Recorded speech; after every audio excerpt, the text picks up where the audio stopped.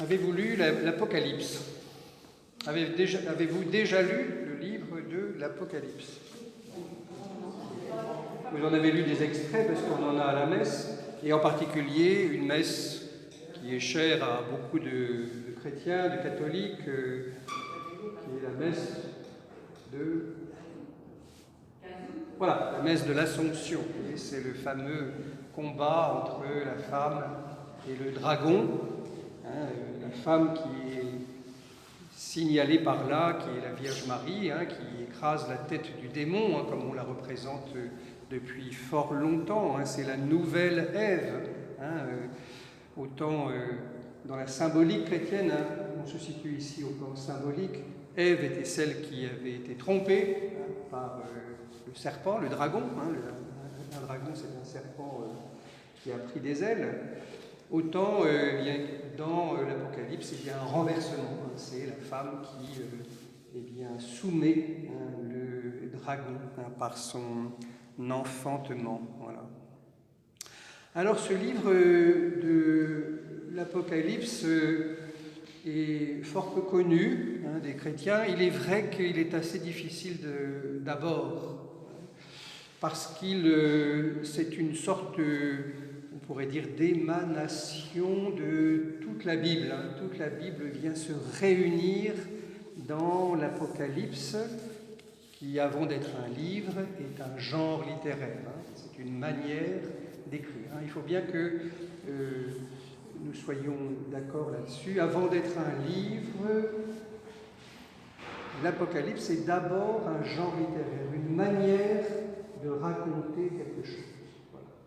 Et alors qu'il fait appel à des symboles qui sont nombreux et qui sont un peu, il faut le dire, effrayants. On voit dans l'Apocalypse des bêtes, des bestioles qui sortent de la mer, des dragons, des bêtes cornées, et puis des rois abominables, des combats, un combat important, tellurique, un combat sur la terre, et puis un combat au ciel, et tout ça, il faut bien l'avouer, nous est un peu étrange. Alors, pourtant, au fond, l'Apocalypse n'est pas beaucoup plus difficile à décrypter que ne le sont, si l'on est un tout petit peu introduit, les fables de La Fontaine. Après tout, dans les fables de La Fontaine, nous avons un corbeau et un renard. Il ne se fait aucun doute dans la réception de l'œuvre de La Fontaine qu'il ne s'agit pas d'un corbeau et d'un renard, mais beaucoup plus. Le lièvre et la tortue, on voit bien également à quoi La Fontaine fait allusion. Alors, dans le livre de l'Apocalypse, il faut savoir traduire que signifie la bête, que signifie ce combat des anges dans le ciel avec Satan et avec sa troupe. Voilà. Et que signifie aussi le combat des témoins de l'agneau sur la terre, car on nous présente à la fois un combat dans le ciel, mais aussi un combat qui est coordonné sur la terre. Alors, voici donc pour ce qui concerne le genre littéraire. Que signifie l'Apocalypse? Ça signifie lever le voile. Lever le voile, voilà. Lever de rideau, on pourrait dire. Kalypto, en grec, c'est couvrir, comme on couvre avec un bonnet une théière. Pof, on met sur la théière le bonnet pour que ça reste chaud, et on la découvre. Voilà. Bien, l'Apocalypse, c'est ça ce que ça signifie. Découvrir, on lève le voile sur une réalité que Dieu nous montre et nous désigne. Voilà. Il va lever lui-même le voile sur la réalité de notre vie chrétienne, de ce que nous vivons comme chrétiens, même lorsque cette existence prend des caractéristiques extrêmes. Et les caractéristiques ici extrêmes, ce sont des temps de persécution. Le livre de l'Apocalypse est un livre pour manifester, pour révéler, au fond, ce qui se cache dans la réalité chrétienne au plus profond de celle-ci, indépendamment des apparences. Voilà.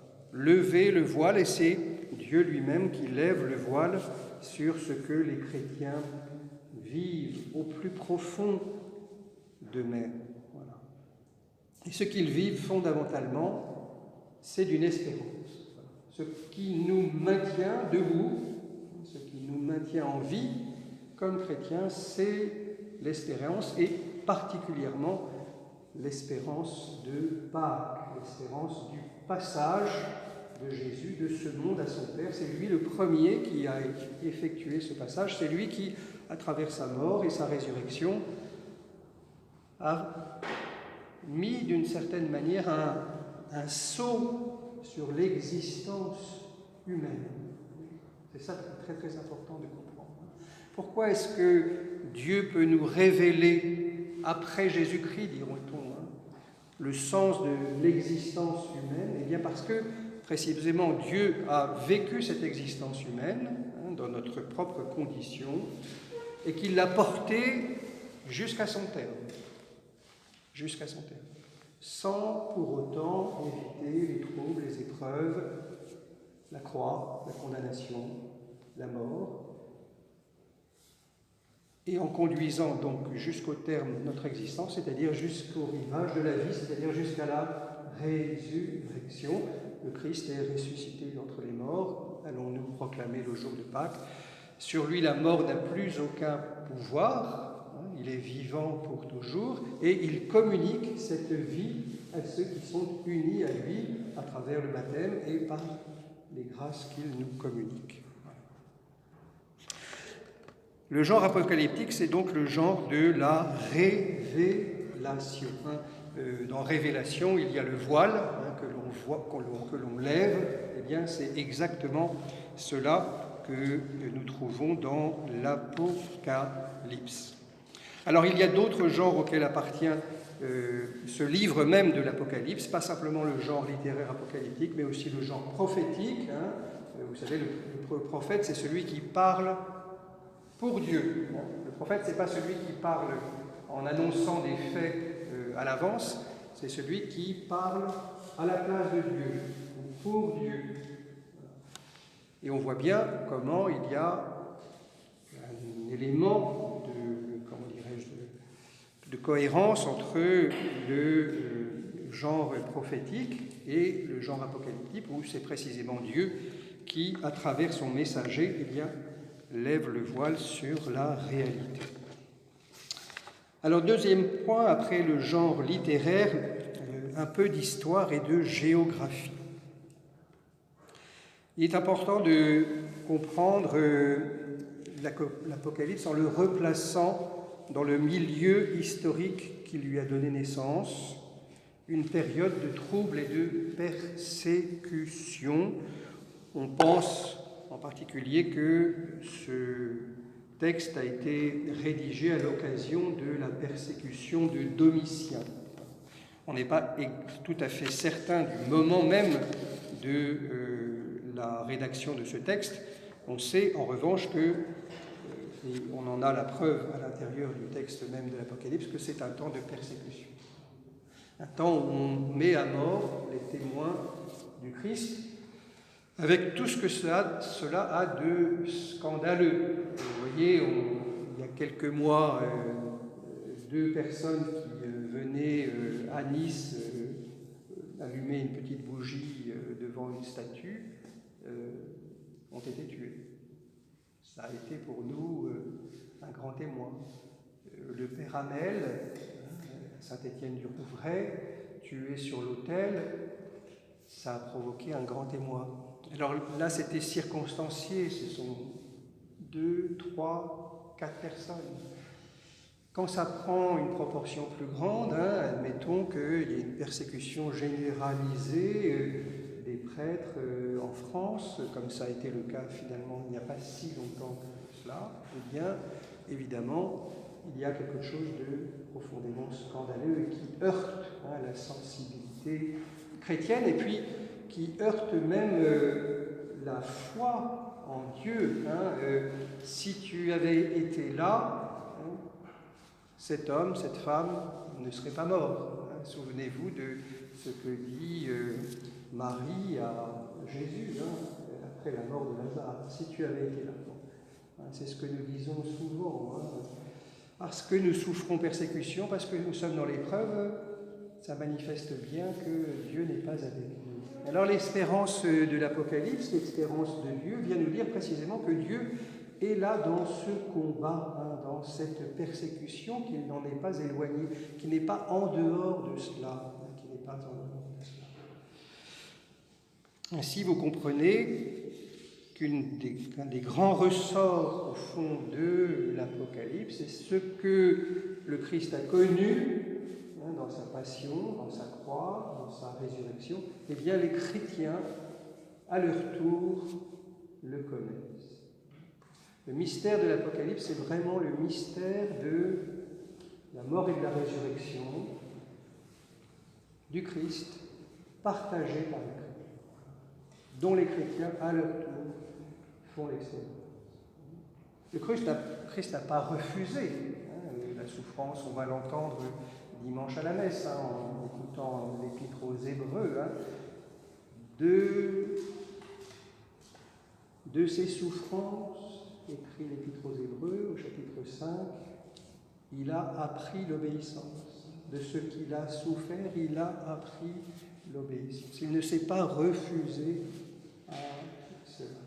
Évidemment, le premier réflexe, quand on est dans des épreuves, des difficultés, c'est de fuir. C'est de fuir. L'Apocalypse vient nous dire que, d'abord, il y a des situations où on ne peut pas fuir, voilà, parce qu'on est contraint.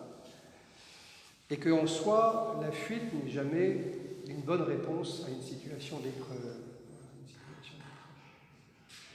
Je vais vous en donner tout à l'heure un exemple, un célèbre, d'un évêque qui a été mis en prison, de la manière dont il a pu réagir à cette épreuve. Quoi qu'il en soit, donc, l'histoire et la géographie, l'histoire, donc, c'est celle d'une persécution et donc de la réponse que, par Saint Jean, eh bien, Dieu donne aux chrétiens qui sont persécutés et dans l'épreuve. Alors voyons maintenant l'auteur. On dit souvent que c'est Saint Jean. Alors ce n'est pas tout à fait certain. On ne sait pas exactement si on peut vraiment donner comme auteur de l'Apocalypse celui de l'Évangile. Il y a des parentés entre l'Évangile et puis l'Apocalypse, mais il y a aussi de grandes, comment dirais-je, des différences majeures et qui ne permettent pas de trancher immédiatement sur l'identité de l'auteur, que ce soit des lettres, puisque vous savez que dans le Nouveau Testament, il y a des lettres, 3 lettres qui sont attribuées à Saint Jean, un évangile et l'Apocalypse. Cela fait débat à travers les chercheurs de savoir si on doit reconnaître que l'auteur de l'Apocalypse est aussi l'auteur de l'Évangile, et plus encore qu'il est un des apôtres, un apôtre que l'on voit dans les évangiles, voilà, Saint Jean. La datation, je voudrais aller assez vite maintenant pour arriver quand même à une lecture du texte. Alors on pense donc, comme je vous l'ai dit, que c'est au cours de la persécution de l'empereur Domitien, donc à la fin du 1er siècle, en l'an 95, que ce texte a été rédigé. Alors il y a une autre dotation qui est proposée en fonction d'indices internes au livre. Vous savez que pour dater un livre, on peut le faire de 2 manières, avec un document, soit par des sources externes, c'est-à-dire on sait que tel auteur a parlé de l'Apocalypse, par exemple, à partir de l'an 100. Donc ça fixe une date, un terme où l'on peut fixer la rédaction de l'Apocalypse, puisqu'il est cité. ne peut pas le dater d'au-delà de 100, puisqu'un auteur extérieur parle de ce texte. Et puis, il y a des indices internes qui permettent aussi de dater un document. Lorsque, par exemple, dans un document, on parle de Ponce Pilate, voilà, bon, on peut savoir évidemment que ce document a été écrit après nécessairement la vie de Ponce Pilate. Comme on a les datations de la vie de Ponce Pilate, on peut estimer un document. Ce qui est pratique évidemment lorsqu'on cherche à dater les évangiles qui nomment explicitement Ponce Pilate. Donc, persécution soit Domitien, soit Néron. Alors pourquoi Néron? Bien parce que c'est un peu avant 70 et qu'il y a beaucoup d'allusions dans l'Apocalypse au temple de Jérusalem. Et vous savez que le temple de Jérusalem a été détruit après 70. Alors une proposition de plan maintenant, une proposition de plan. Et puis nous irons donc, je vous le disais, à la lecture. Alors le chiffre le plus important dans l'Apocalypse, c'est le chiffre 7. La symbolique des chiffres est très importante dans la Bible, vous le savez, et très importante aussi dans l'Apocalypse. Alors on voit 7 églises, 7 lettres, 7 sceaux, les fameux 7 sceaux de l'Apocalypse, qui sont ouverts par l'agneau. Lui seul a reçu le pouvoir de pouvoir déceler ces sceaux qui couvrent le livre de vie. Il y a 7 trompettes qui annoncent des événements funestes. Et puis ensuite, on quitte la partie symbolique des chiffres et on entre dans un regard plus, à partir du chapitre 12, sur le combat, un combat phénoménal entre le dragon, les élus, et puis la défaite de la Babylone. Babylone qui est vraiment le siège de toutes les turpitudes et de toutes les méchancetés.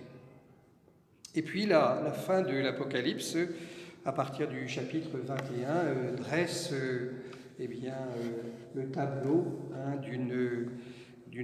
d'un royaume céleste dans lequel la joie est parfaite et la mort elle-même est anéantie. Alors on peut dire que l'Apocalypse se termine par une sorte de happy end, si cela convenait à nos catégories, ce qui n'est pas le cas. Alors avant d'entrer dans la lecture, une seule chose encore. C'est un livre qui a été beaucoup reçu par exemple, d'un point de vue pictural, qui a été très, très souvent représenté, dans la plastique aussi et dans la sculpture. Après tout, regardons la plupart de nos frontons du Moyen-Âge sur les cathédrales et nous verrons souvent des éléments qui appartiennent à l'Apocalypse. Également dans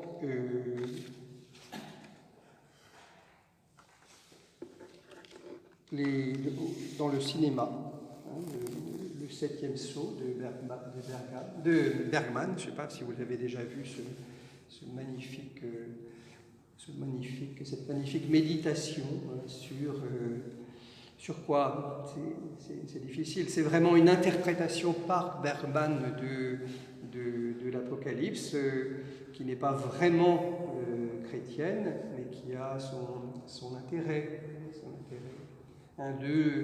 Deux jeunes acteurs avec un petit bébé qui se promènent en charrette et qui vont de village en village pour essayer de faire rire, et puis qui sont confrontés à la peste, confrontés au procès en sorcellerie, etc.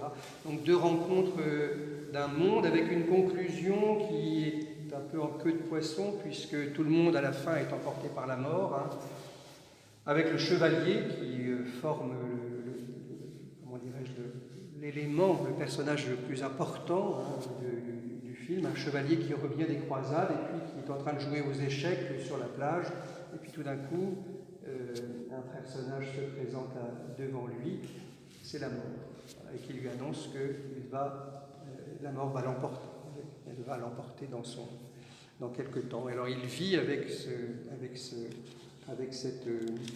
cette épée de Damoclès tout au long du film. C'est un film qui est intéressant à voir, d'abord d'un point de vue cinématographique, c'est une très belle réalisation, et puis parce que il laisse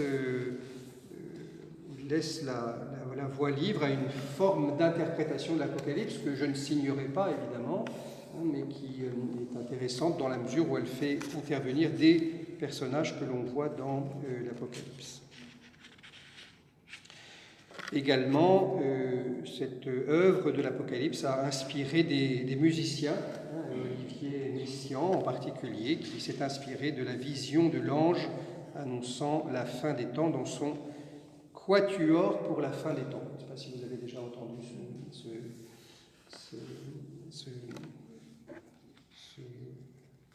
ce quatuor qui est tout à fait remarquable. Alors, venons-en maintenant à la lecture à proprement dite du texte de l'Apocalypse. Alors, on peut lui donner deux types de lecture. Une lecture historique, où on cherche à trouver dans les temps ce que l'Apocalypse annonce. Donc on va dire que, par exemple, le règne de 1000 ans, dont parle l'Apocalypse, eh bien, intervient à partir de tel moment dans l'Église. Il va y avoir des courants, qu'on appellera des courants millénaristes, qui vont se servir de ces prophéties ou de ces annonces pour dire c'est maintenant que ça se passe. Il y a toujours eu dans l'Église des gens qui étaient plus royalistes que le roi, et qui voulaient voir le malheur là où il n'y était pas nécessairement, et surtout qui ont voulu fixer des dates à ce qui était annoncé. Alors c'est un mouvement qui a été important et qui a connu ses heures de gloire, par exemple avec Joachim de Flore, mais qui a été très combattu. Voilà. On n'a pas voulu fixer, on n'a pas voulu croire que Dieu avait fixé des dates et des horaires au monde. Et pourquoi est-ce qu'on n'a pas voulu que Dieu ait fixé des dates et des horaires, à votre avis ? Quelle est la grande raison pour laquelle on ne prête pas à Dieu l'intention de fixer un calendrier des heures et des malheurs du monde ?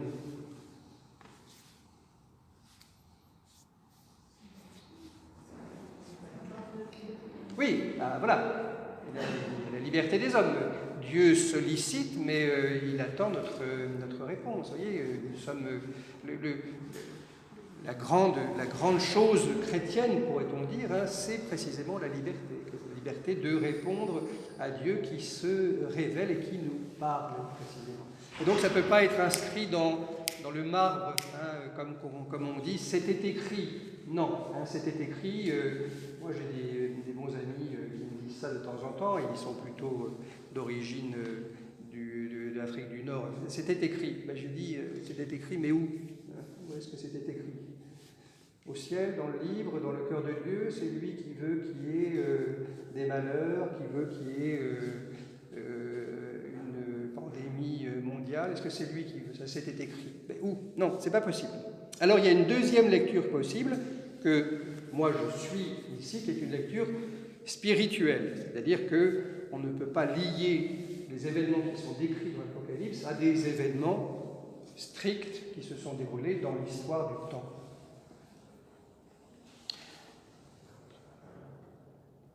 Alors, la lecture maintenant. Donc, comme je vous l'ai dit, le premier sens et le sens fondamental de l'Apocalypse, c'est l'interprétation historique de la persécution de l'Église. Qu'est-ce que cela signifie et quel sens donner à la persécution de l'Église et à la persécution des chrétiens. Alors évidemment, nous, ça ne nous concerne pas directement, et c'est peut-être une des raisons d'ailleurs pour laquelle nous avons du mal à lire ce texte, mais il faut se souvenir quand même que la persécution des chrétiens dans le monde aujourd'hui n'est pas une chose extraordinaire. Au contraire, c'est une chose qui est plutôt ordinaire. Nous avons vu le pape déambuler en Irak, sous une haute protection d'ailleurs. Alors c'était à la fois formidable et en même temps désespérant. Parce que c'est un pays où il n'y a plus de chrétiens, où les chrétiens ont fui. Moi j'ai vu ça aussi en Palestine depuis 35 ans que j'y vais. Ça se vide de chrétiens. Les chrétiens aujourd'hui qui dépendent du patriarcat sont beaucoup plus des travailleurs qui viennent des Philippines, qui viennent travailler dans de grands centres, que des Arabes chrétiens. La ville de Nazareth a un maire musulman depuis une dizaine d'années, par exemple. La ville de Bethléem, même s'ils essayent absolument, pour des raisons touristiques, de maintenir une présence chrétienne, est aussi une ville qui est vidée quasiment de sa substance chrétienne. Bethléem, le lieu de naissance du Christ. Voilà, donc nous sommes peut-être moins habitués à cette forme de vie chrétienne, qui est celle de la persécution. Elle n'en est pas moins réelle dans le monde aujourd'hui, et beaucoup de chrétiens viennent, en lisant l'Apocalypse, trouver une consolation à leur propre situation. Alors, cette espérance et cette consolation que les chrétiens viennent trouver dans l'Apocalypse, elle est fondée sur quoi ? Qu'est-ce qui fonde cette espérance chrétienne?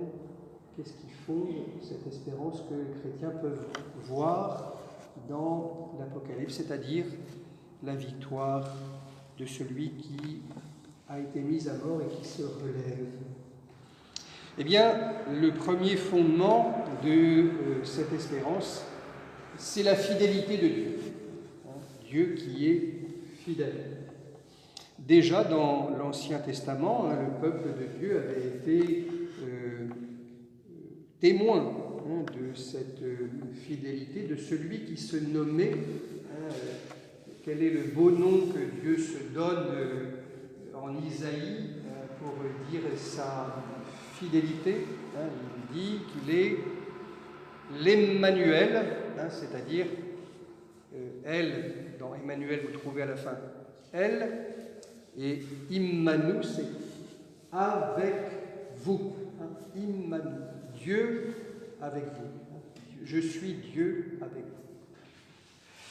Et il l'avait bien montré précédemment dans le livre de l'Exode, au moment où il venait, dans un temps de persécution, où les Hébreux étaient persécutés par Pharaon, précisément, eh bien, venir avec eux dans leur souffrance et dans leur persécution pour les accompagner et les sortir de cette situation à travers les eaux de la mer Rouge.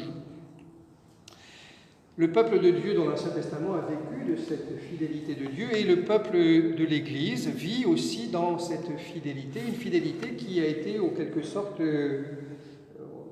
qui trouve un sceau, une garantie, une certitude dans le fait que le Christ qui a traversé la mort l'a vaincu, est ressuscité, est vivant, est monté aux cieux et a reçu de Dieu toute autorité au ciel, sur terre et aux enfers. Souvenez-vous de ce que dit Jésus à ses apôtres au chapitre 28 de l'Évangile selon saint Matthieu. Allez de toutes les nations, faites des disciples, en les baptisant au nom du Père et du Fils et du Saint-Esprit. Et moi, je suis avec vous tous les jours jusqu'à la fin du monde, et j'ai reçu autorité sur le ciel, la terre et les enfers. Avec ces 4 totalités de toutes les nations, apprenez-le à garder tous les commandements, et moi j'ai une autorité sur tous les temps et sur tous les lieux.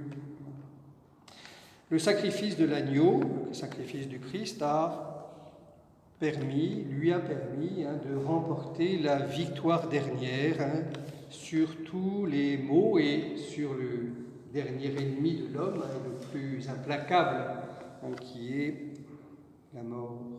Et c'est cette victoire du Christ que nous célébrerons dans quelques jours, qui est le grand moment de l'Église, évidemment la fête de Pâques, qui fonde cette fidélité, qui fonde cette espérance en la fidélité de Dieu.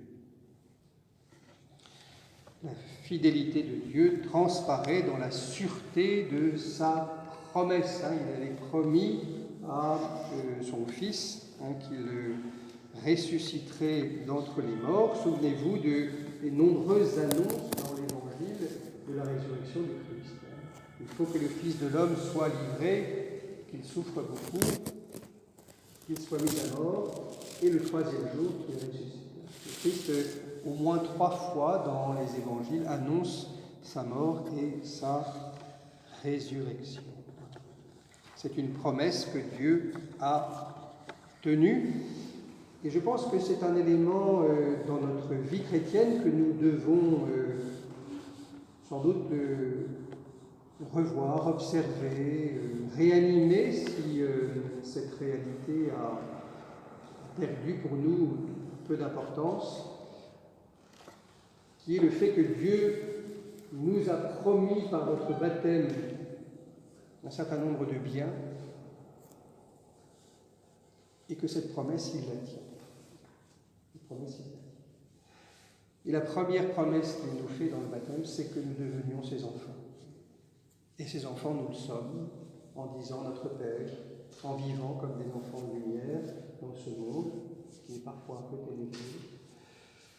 Ces promesses que Dieu nous a faites à notre baptême, nous le recevons à travers les grandes vertus, les vertus théologales, la foi. La foi.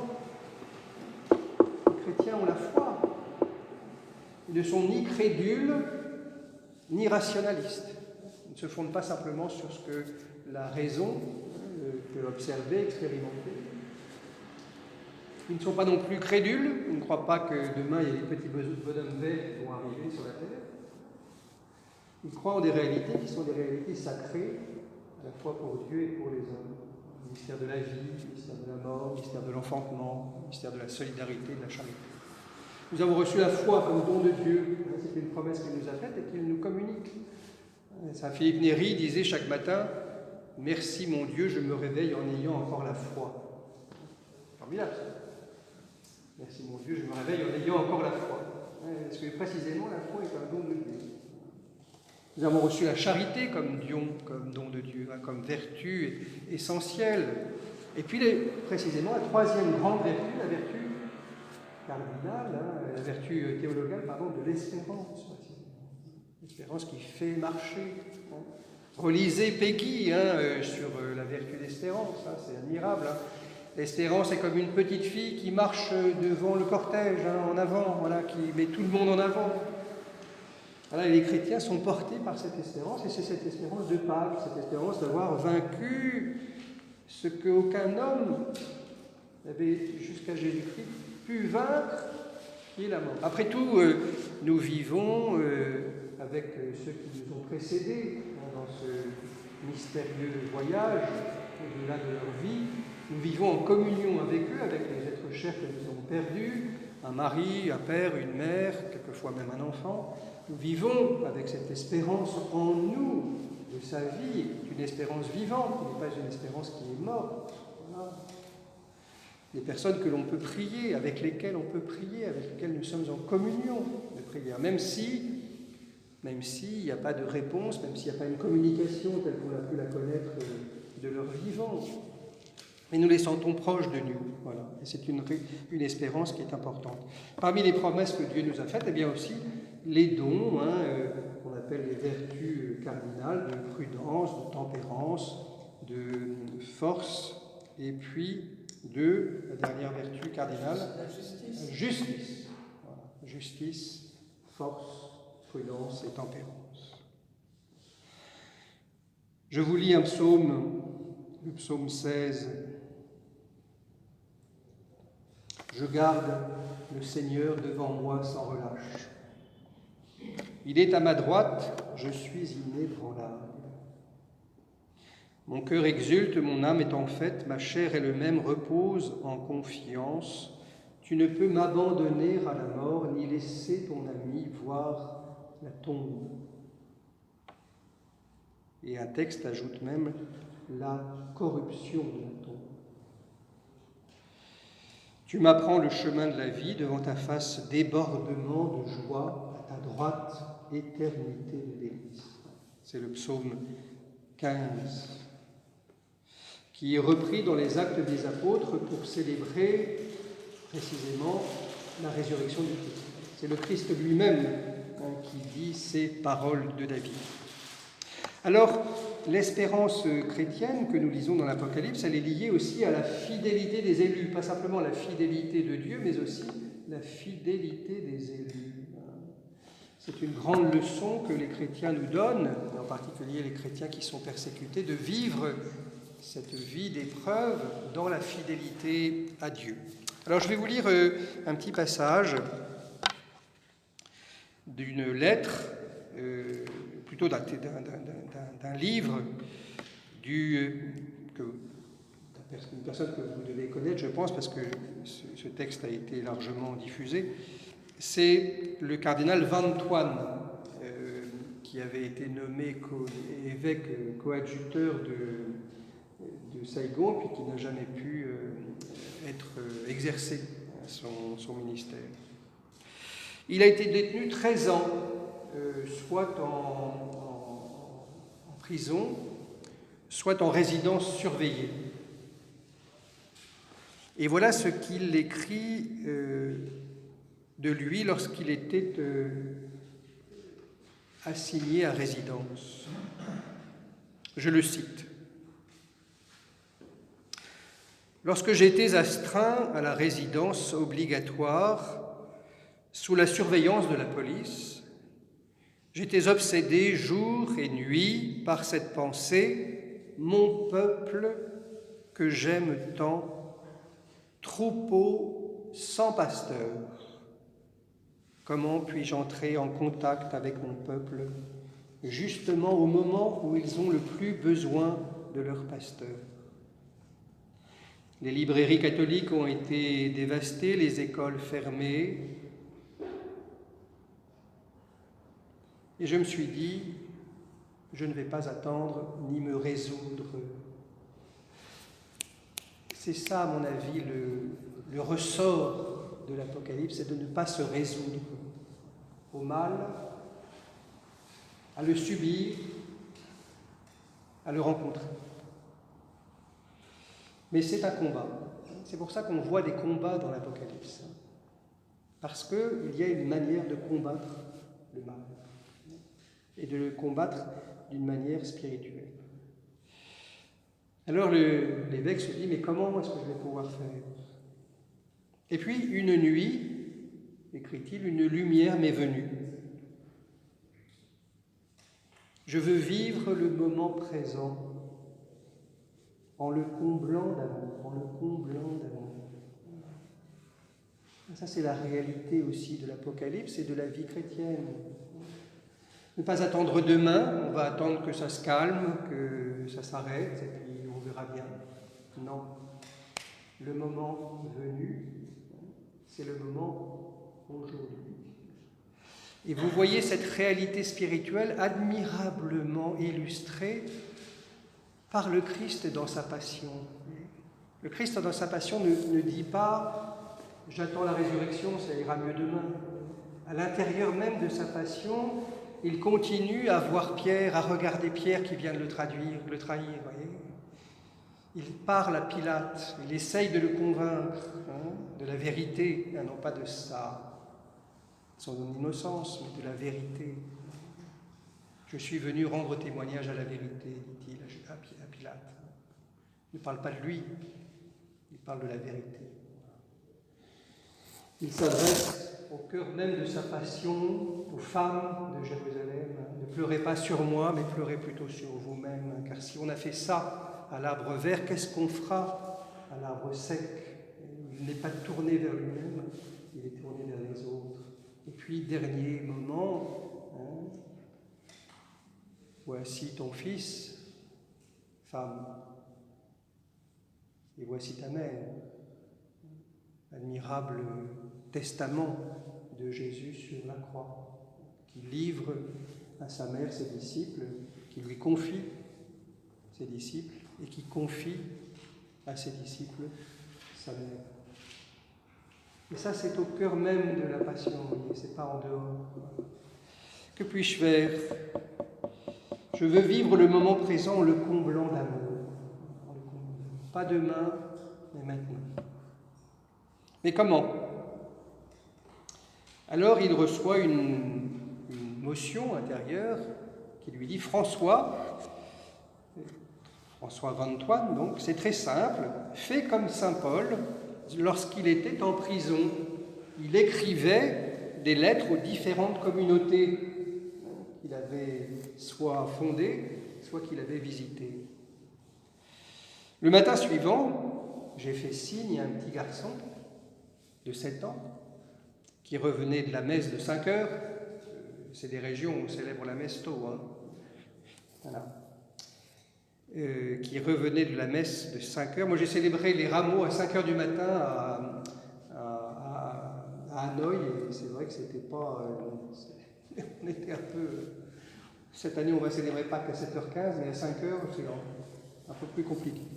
Donc, il fait venir un petit enfant qui revenait de la messe à 5 heures, et qui, alors qu'il faisait encore sombre, et je lui ai demandé « Tu vas aller voir ta maman et tu vas lui dire d'acheter pour moi de vieux blocs de calendrier. » Tard le soir, tandis qu'il faisait sombre de nouveau, il m'a apporté les calendriers, et toutes les nuits, écrit le cardinal, d'octobre à novembre 1975, j'ai écrit depuis la prison un message à mon peuple, toutes les nuits. Et chaque matin, le petit garçon venait chercher les feuilles pour les emporter chez lui et faire recopier le message par ses frères et ses sœurs qui le diffusaient. Voilà comment a été écrit ce livre, dit le cardinal, puisque l'ensemble de ces lettres ont été ensuite réunies et ont formé un livre qui s'appelle précisément « Témoins », au pluriel, « Témoins de l'espérance ». Témoins de l'espérance. Voilà. Ça a été publié aux éditions Nouvelles Cités en l'an 2000, le cardinal François Vantoine, témoin de l'espérance. Voilà. Admirable, hein? C'est au cœur même de la prison, alors qu'il était lié, empêché, qu'il a trouvé les moyens très sobres, très faible de rejoindre son peuple à travers ce courrier qu'il écrivait la nuit. Eh bien, je pense que c'est une bonne leçon pour nous, voyez, qu'il n'y a pas de situation perdue pour les chrétiens, il n'y a pas d'impasse pour les chrétiens, il n'y a pas de lieu où on se perde, même dans les geôles les plus sombres. Alors là, c'est un témoignage un peu lumineux, mais il y a d'autres témoignages beaucoup plus forts, de geôliers, par exemple, qui ne pouvaient pas regarder dans les yeux des chrétiens qu'ils persécutaient. On a un certain nombre de témoignages d'hommes qui ont été des persécuteurs et qui ont raconté combien ils avaient été frappés par le regard de ceux qu'ils persécutés et qu'ils torturaient, pour le dire très, très simplement. Voilà. Donc ça, c'est un témoignage extrême. Évidemment, nous ne sommes pas confrontés, grâce à Dieu, à cela, et nous ne le serons probablement jamais. Mais nous sommes confrontés quand même à des formes de contraintes aujourd'hui, il faut bien l'avouer quand même, comme chrétien. Il n'est pas si simple que ça de faire état de son christianisme, de sa foi. On est moqué, on n'est pas persécuté, mais on est regardé comme des simples d'esprit, ou encore pire comme avec indifférence. Quand je dis à mon boucher que je suis curé, il me dit « il en faut ». C'est grave. Mais voilà, donc je ne sais pas, j'aurais une opinion sur des petits bonhommes verts, ça serait exactement la même chose pour lui. Je le trouve sympathique, on discute, il me dit qu'il était enfant de cœur quand il était petit, mais voilà, mais qu'il ne croit plus, qu'il n'y va plus, donc en gros, vous n'avez plus aucune importance. Et c'est une forme de persécution qui est presque pire encore qu'une persécution frontale. Parce que quand on ne nous demande plus rien, vous voyez, c'est pas la même chose que quand on nous moque ou quand on nous reprend. Donc comment, dans cette circonstance très particulière que nous rencontrons d'indifférence, pouvons-nous habiter ce temps, non pas le fuir simplement, non pas nous calfeutrer entre nous, mais essayer précisément de nous confronter à cette indifférence et de trouver les moyens de laisser percer notre espérance. Alors l'espérance que l'Apocalypse met en évidence, il est aussi, après avoir été fondé sur la fidélité de Dieu, la fidélité des chrétiens, des élus, il est aussi fondé sur l'inconsistance du mal. Que le mal apparaît lorsque l'on se confronte à lui, comme n'ayant pas de suite ou n'ayant pas de terme. Voilà, il tombe par lui-même, que le mal tombe par lui-même.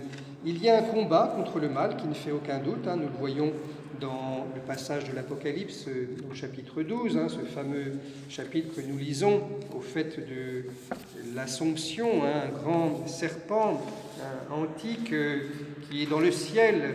Et voici qu'une voix forte se fait entendre dans le ciel qui disait « C'est à présent le salut et la puissance, le règne de notre Dieu et le pouvoir de son Christ, car il a été jeté l'accusateur de nos frères, celui qui les accusait devant Dieu jour et nuit.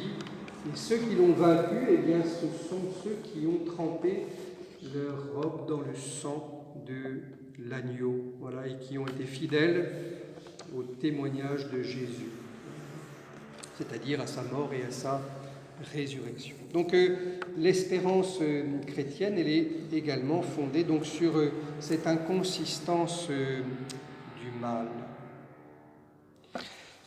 Alors le point que je voulais voir, les deux points que je voulais voir avec vous pour terminer cette conférence, c'est que si cette espérance chrétienne elle est fondée, donc on l'a vu, sur la fidélité de Dieu, si elle est fondée sur la fidélité des élus à Dieu, et si elle est fondée aussi sur l'inconsistance du mal, il faut dire aussi que cette espérance chrétienne, elle est menacée. Cette espérance chrétienne, elle est menacée. Et elle est menacée par trois mots. Le premier, c'est la sécurité. La sécurité. Être trop sûr. Et alors, il y a dans le début de l'Apocalypse un certain nombre de lettres qui sont adressées aux églises de l'Anatolie, et où le messager met en évidence les risques qu'encourent ces églises, et en particulier le fait de trop se reposer sur elles-mêmes. À trop se reposer sur soi, on risque de ne plus se reposer sur Dieu, et sur les autres aussi.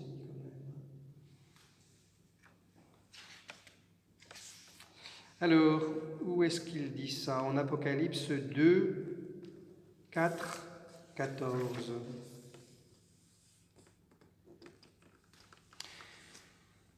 Je sais tes œuvres, écrit-il à l'église d'Éphèse, je sais tes œuvres et ton labeur, ta constance, et que tu ne peux supporter les méchants, que tu as mis à l'épreuve ceux qui se disent apôtres et ne le sont pas, et que tu les as trouvés menteurs, et que tu as de la constance et que tu as supporté à cause de mon nom, et que tu ne t'es pas lassé. Mais j'ai contre toi, écrit le messager de la part de Dieu, que tu t'es relâché de ton premier amour. Rappelle-toi donc d'où tu es tombé, repens-toi et pratique tes premières œuvres. Sinon, je viens à toi et j'ôterai ton lampadaire de sa place. Le lampadaire, c'est le signe de la lumière au milieu de l'Église. C'est à la fois le symbole de celui qui guide l'Église, le pasteur, et puis aussi le symbole de l'Esprit. Tu as pour toi, celui qui a des oreilles entende ce que l'Esprit dit aux Églises. Au vainqueur, je lui donnerai à manger de l'arbre de vie qui est dans le paradis de Dieu. Et voilà une exhortation à l'Église de ne pas trop se fonder sur ses propres œuvres. Il lui fait des compliments, tu as été constant, etc., etc. Mais j'ai contre toi que tu t'es relâché de ton premier amour. La première tâche des chrétiens, quand même, c'est celle-ci. Il faut s'en persuader chaque matin qu'on se réveille. Le plus urgent que nous avons à faire, c'est de nous aimer les uns les autres. Si nous ne commençons pas par ça, nous risquons bien de manquer l'essentiel de ce qu'est notre identité chrétienne. Donc ça passe à travers 1001 détails.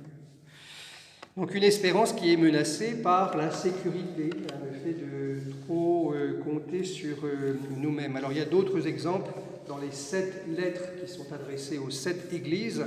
On a vu Éphèse, mais il y a aussi Sardes, Thyatire, Laodicée, Philadelphie. Il y a des reproches ainsi qui sont adressés à ces églises qui se sont trop reposées sur elles-mêmes. Il y a dans l'amour un élément d'incertitude et d'insécurité qui est important, et qui est la réponse même de cet amour. Alors la deuxième menace contre l'espérance, c'est l'ennemi externe. Il y a des forces, il ne faut pas le nier. Il y a des forces externes. Il y a une volonté de s'opposer au christianisme.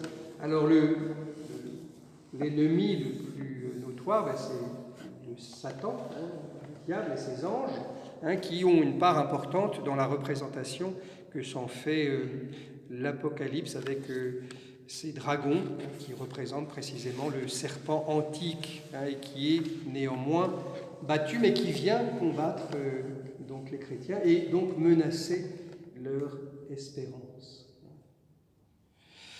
Ça, c'est dans l'Apocalypse au chapitre 13, l'ennemi externe. Et puis, il y a un ennemi interne. L'ennemi interne, ce sont des chrétiens qui oublient l'essentiel, ou alors qui se détournent du droit chemin. Alors, il y a en particulier des chrétiens dans l'Apocalypse qui sont nommés, et ça va vous faire rire, parce que c'est une réalité, c'est un nom que vous connaissez, ce sont les Nicolaïtes. Voilà, dans l'Apocalypse, on parle des Nicolaïtes. Alors, rien à voir avec notre notre patron. Les Nicolaïtes, c'était des drôles de personnages qui avaient de drôles de mœurs, voilà, et qui étaient parfois donc reçus, en particulier dans l'église d'Éphèse et de Pergame, qui les laissaient au fond vivre cette vie où se mêlaient les pratiques idolâtriques et puis des mœurs dissolues. Voilà. Donc il y a aussi un ennemi interne qui peut être une menace pour notre espérance. On voit bien comment il y a, on a été bien payé pour le savoir ces derniers temps dans l'Église,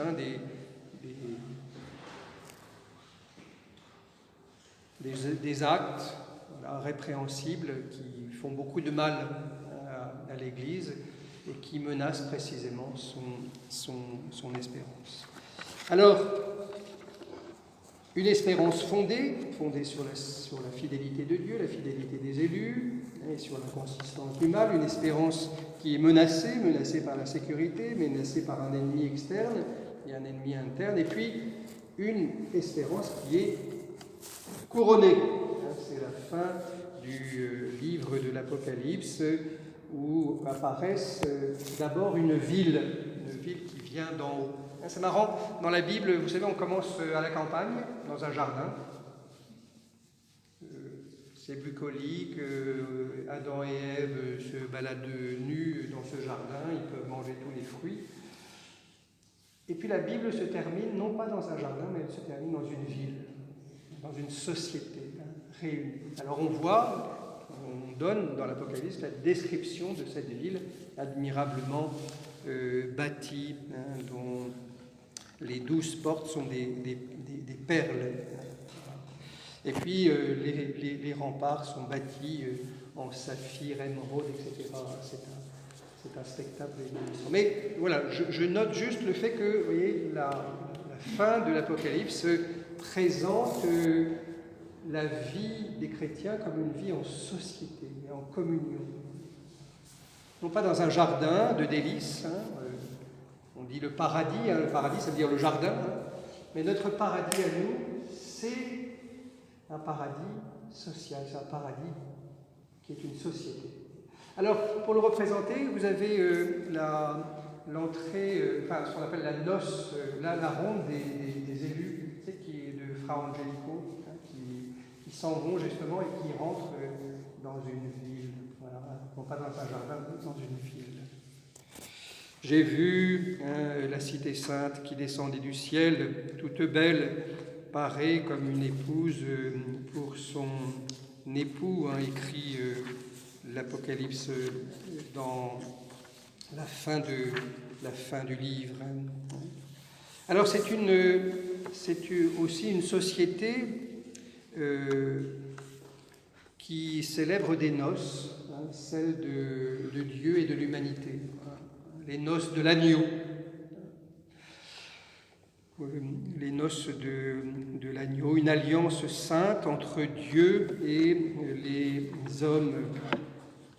Une société sainte dans une ville sainte, c'est la marque même du christianisme que nous vivons, en particulier à la messe.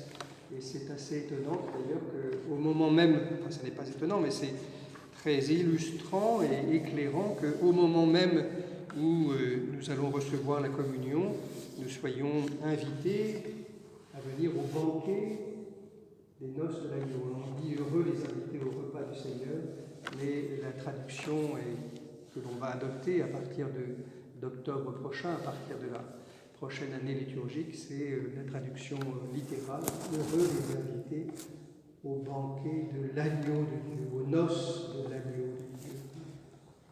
Dieu qui a voulu faire une alliance perpétuelle avec l'humanité. Voilà ce qui est célébré aussi et qui couronne l'espérance chrétienne des noces.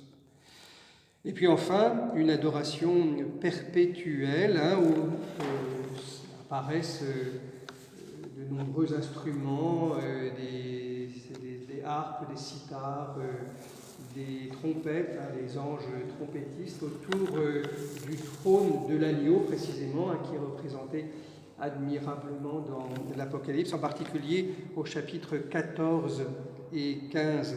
C'est une grande liturgie qui se déploie, que très modestement nous faisons apparaître dans nos liturgies ici sur la terre, mais qui prendra un caractère éblouissant dans le ciel.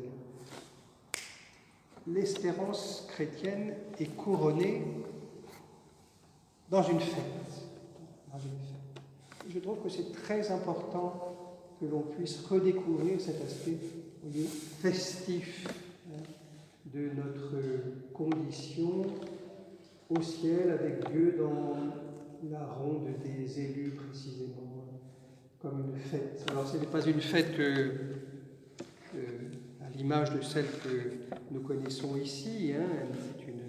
C'est une fête très sainte et très respectueuse, mais elle n'en demeure pas moins, elle ne garde pas moins son caractère festif de débordement et de liesse, de joie. Voilà, c'est ce terme par lequel je conclus ce petit exposé sur l'Apocalypse. C'est comme livre de l'espérance, ça se termine par la joie. Alors, que faire? Eh bien, lisez l'Apocalypse en ne vous arrêtant pas à ce qui peut vous apparaître comme des éléments d'incohérence, encore une fois, avec ce bestiaire, avec ces combats, etc. Essayez de lire l'Apocalypse, on risque d'avoir un peu de temps pour ça, donc prenez-le. Il faut lire, il y a 22 chapitres, hein, on lit ça en 1h30, 2 heures, c'est pas très long. Plutôt que de lire un vieux Figaro qui est en retard, il vaut mieux lire l'Apocalypse. Et puis laissez-vous porter, c'est toujours pareil, hein. Un livre, il faut accepter d'entrer dedans, de se laisser conduire un peu par la main. Voilà, alors évidemment, c'est un peu abstru, ce n'est pas notre littérature habituelle, hein.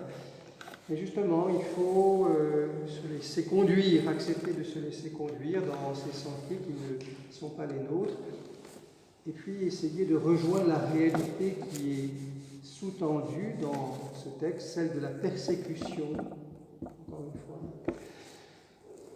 Et précisément une persécution dans laquelle on ne se résout pas, qui entraîne au combat, et un combat qui est un combat mesuré, hein, celui que je vous ai montré en particulier à travers le témoignage du cardinal Van Toine, et que nous pouvons nous-mêmes, dans notre situation locale aujourd'hui, adopter, hein.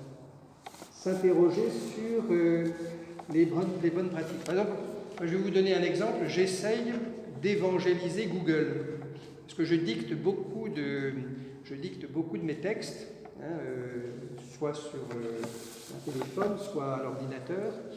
Et donc, ils méconnaissent complètement la messe, quand j'écris messe de la Seine, par exemple, ou sainte, ils sont absolument incapables de découvrir ça, etc. Jésus, ça va encore. Mais beaucoup de caractères qui sont propres au christianisme, de vocabulaire qui sont propres au christianisme, ça ne marche pas. Donc, j'essaye d'évangéliser au fur et à mesure Google, j'espère non pas avoir des résultats positifs, mais qu'à force que tous nous nous imitions, et bien que nous puissions faire en sorte que l'Évangile puisse entrer aussi dans le vocabulaire de Google. Je pense que c'est très important. Et puis je pense qu'à l'occasion de Pâques, chacun d'entre vous peut être amené à s'interroger aussi comment, auprès de ses proches, de ses enfants, de ses voisins, manifester par un geste ou un autre. Il faut être malin. Quand on est chrétien, on est malin. Comment est-ce qu'on peut faire? Il y a des gestes qui sont simples, hein. L'œuf de Pâques, c'est tout bête. Mais ça dit quelque chose quand même. Ça dit quelque chose. Au plus loin. Ça peut être des vœux, ça peut être une manière de dire nous sommes chrétiens, nous célébrons Pâques. Pas de réponse, indifférence. Mais en tout cas, se manifester comme tel, ou dire tout simplement, c'est notre plus grande fête chrétienne, nous allons prier pour vous. Les gens sont toujours très... ils ne sont jamais indifférents au fait qu'on dise qu'on prie pour eux. Et j'ai vu ça chez les plus notoirement antichrétiens. On les rejoint très profondément dans ce qu'ils ont, parce qu'ils peuvent avoir des carapaces, ils peuvent avoir des murailles. Hein. Mais quand on leur dit qu'on prie pour eux, on les atteint dans ce qu'ils ont de plus profond, et ils sont assez désarmés, au fond, parce que la prière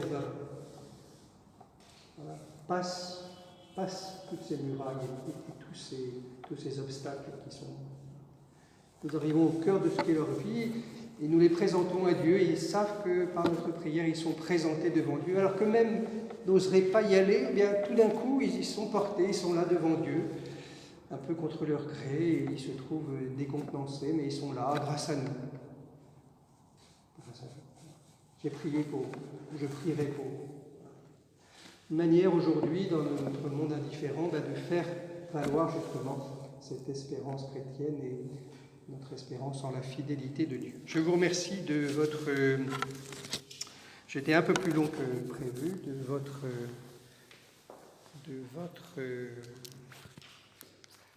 attention. Si vous aviez